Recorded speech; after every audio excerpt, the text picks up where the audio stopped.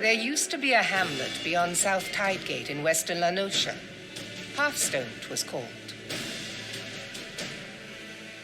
Some years prior to the Maelstrom's founding, Leviathan rose from the briny depths and set about unleashing watery hell upon us.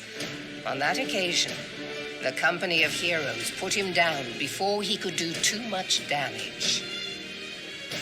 But when the bastard came next, this time in the wake of the calamity, we were not so fortunate. Weary of ravaging our shoreline, he summoned a tidal wave which fair leveled Hearthstone and washed the soil away for good measure. The area was subsequently occupied by the Sahagin. Aye, the thrice-damned creatures transformed it into a spawning ground for their brood. Given the quantity of crystals stolen to feed him and his legion of thralls, we can be fairly sure that Leviathan is stronger now than in his previous incarnations. If that sea demon is left to wreak havoc, what befell Hearthstone may well befall a larger settlement, even Limsa. That cannot happen. The primal must be stopped. That was ever our objective, Admiral. But how are we to achieve it? The sea is Leviathan's uncontested domain. The ships of the 3rd Squadron could not close to within 100 yards of the primal, nor could their cannons pierce his defenses.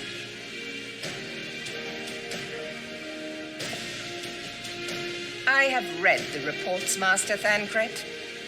Our warships may as well have been bloody pleasure barges for all the good they did. 7 hells! Is there no way that we might strike back? The company of heroes defeated Leviathan, having first lured him into an inlet, but we must needs contend with him upon the open sea. It will avail us little to consult past experience.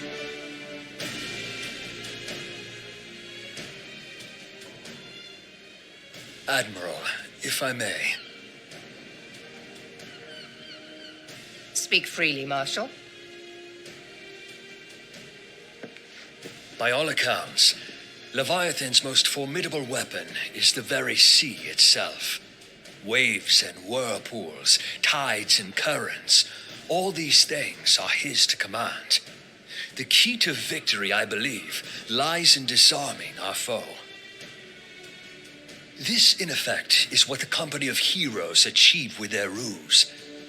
We cannot lure Leviathan from the sea a second time. But what if we could weaken his hold upon the element of water? I have heard of devices capable of such wonders. They draw upon the power of corrupted crystals, I am told.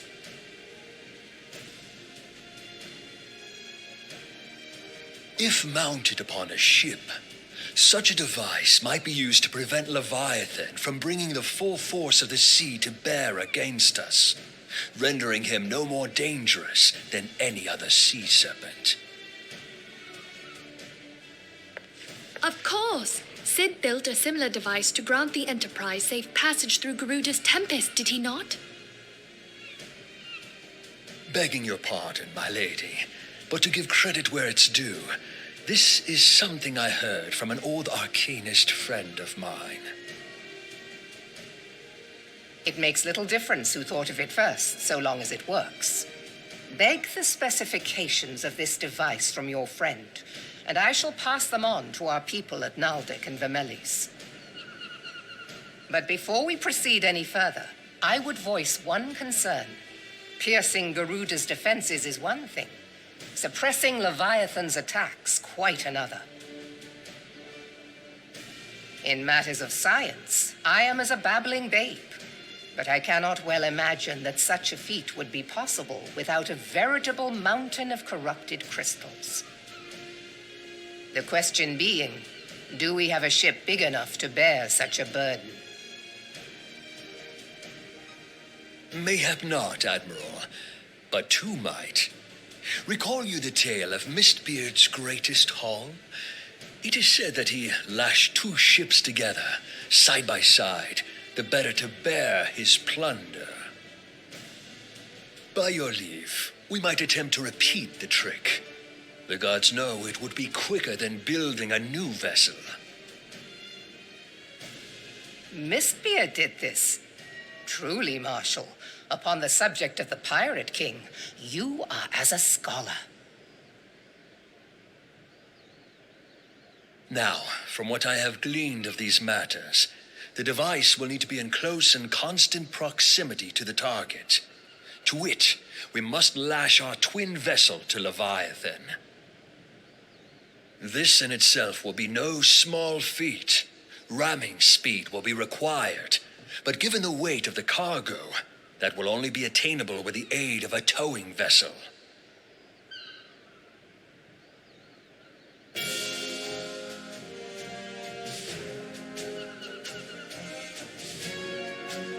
Suffice it to say, the task of piloting said vessel will entail considerable danger, and I would not ask it of another.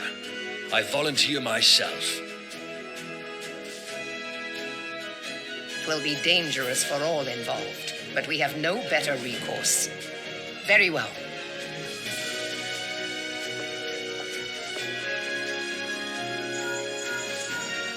Commodore, assemble the remnants of the fleet at Morabee Bay. Give priority to our soundest vessels. The repairs can wait.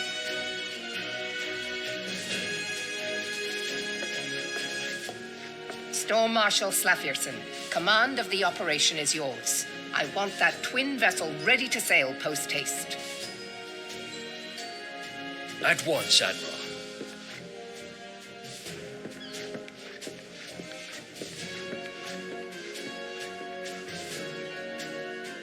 And then there is the small matter of slaying the beast.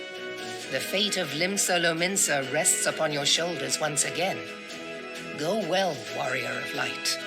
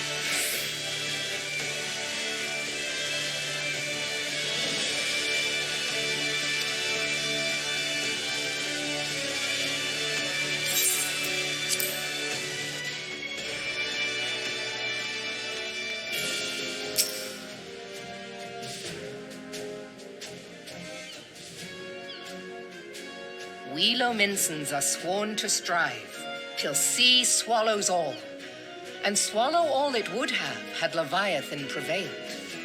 That we still strive now, we owe in no small part to you. Not for the first time, you have delivered Limsa Lominsa from the wrath of a primal. Never has our nation known a stouter ally. On behalf of my people, I give you my humblest thanks.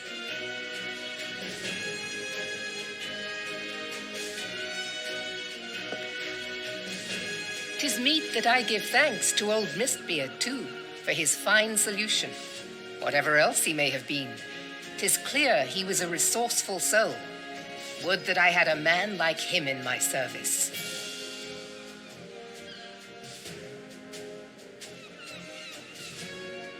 Before I set foot in these lands, I had no inkling that the people of Eorzea contended with such mighty foes. Suffice it to say, their existence came as something of a shock, as did the idea that they could be defeated. This experience has served to remind me of the vastness of the world and the boundless potential of man. Though I am but a refugee in this realm, I would fain be of use to you in your fight. Know that I am tutored in one of the foremost combat arts of the Far East. It may seem outlandish to the Eorzean eye, but should any of your people care to learn, I would be pleased to initiate them. And I will see to it that they are grateful. I have no doubt that your knowledge and skills will serve us well. Besides, your art is not so outlandish as you think. Would you not agree, Master Thancred? Naught escapes your searching eye, Admiral. Few are privy to this information, but Limsa Lominsa is home to a certain secret fraternity. Its members are trained in a form of combat, not unlike your own. By my judgment, it should not be beyond such individuals to adapt to the techniques I witnessed you employing with such admirable deftness. I am heartened to hear this. I too noted a kinship between your style and mine own, though it seemed to me that you fought differently in the beginning. I suppose I did. What can I say? I'm a man of many talents. Though you may labor to believe it, Thancred was once something of a scoundrel who fraternized with the criminal class in these parts. Yestola! You jest, of course. But for a chance encounter with Alphino's grandsire, he might never have left Limsa Lominsa, or received an education in Sharlayan, or taken up his post in Uldar, which is where he trained in the blade, lest you wonder.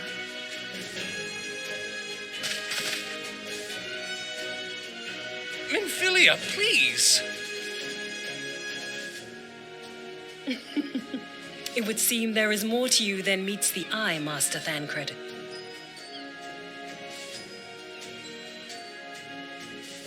Lady Yugiri, I am told that you and yours came to Eorzea seeking permanent resettlement, and that many domins have since been engaged as frontier hands at Revenant's Toll.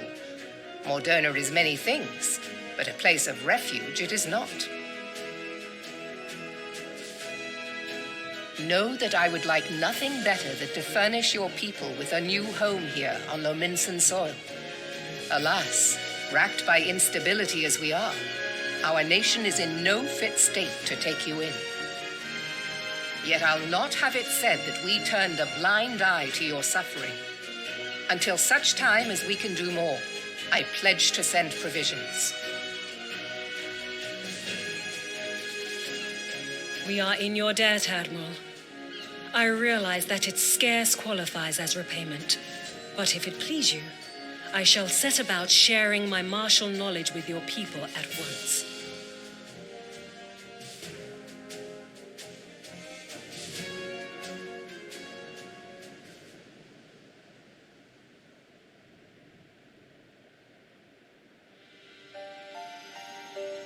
You wished a word in private.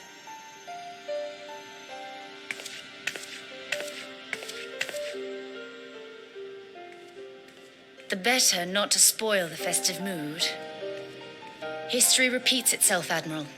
As the kobolds did before them, the Sahagin resorted to summoning their god over a territorial feud.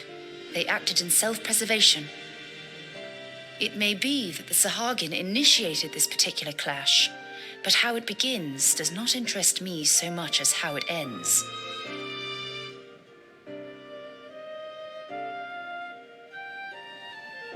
I have not forgotten our conversation, Yashtola. I am aware that man bears part of the blame for the Primal's existence. Nor am I ignorant of the Sahagin's reason for acting. They sought to secure a place to breed and multiply that their kind might survive. Self-preservation, as you say. But we have as much right to live and thrive as they. If our own survival is threatened, are we to lay down our arms and welcome oblivion? Nay. And so you kill, that you might live. Yet if living is a right, then that right belongs to all peoples, be they men or beastmen.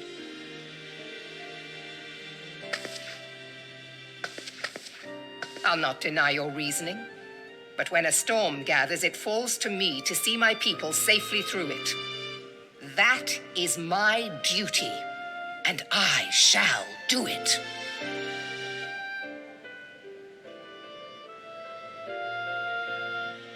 As must we all, Admiral. Stay the course, then, but know that it will lead to no good end.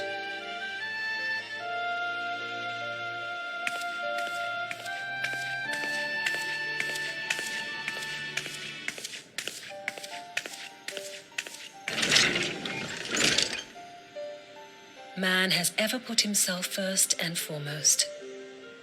To justify his actions, he clads himself in the armor of righteousness, though it be a fancy of his own making. In this, mayhap the Garleans and we Domans are not so different.